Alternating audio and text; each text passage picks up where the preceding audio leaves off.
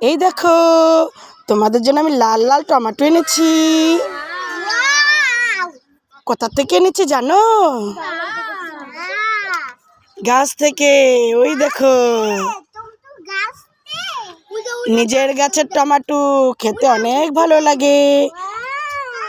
কার কার গাছ থেকে টমেটো পেড়ে খেতে ভালো লাগে কমেন্ট করে জানাও।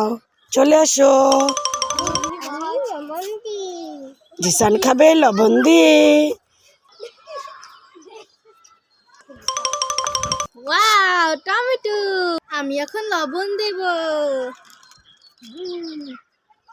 এখন গুঁড়ো মরিচ দিয়ে দেব। বন্ধুরা, গুঁড়ো মরিচ আর লবণ দিয়ে এখন টেস্ট করবে, দেখা যাক কেমন লাগে। কেমন টেস্টি।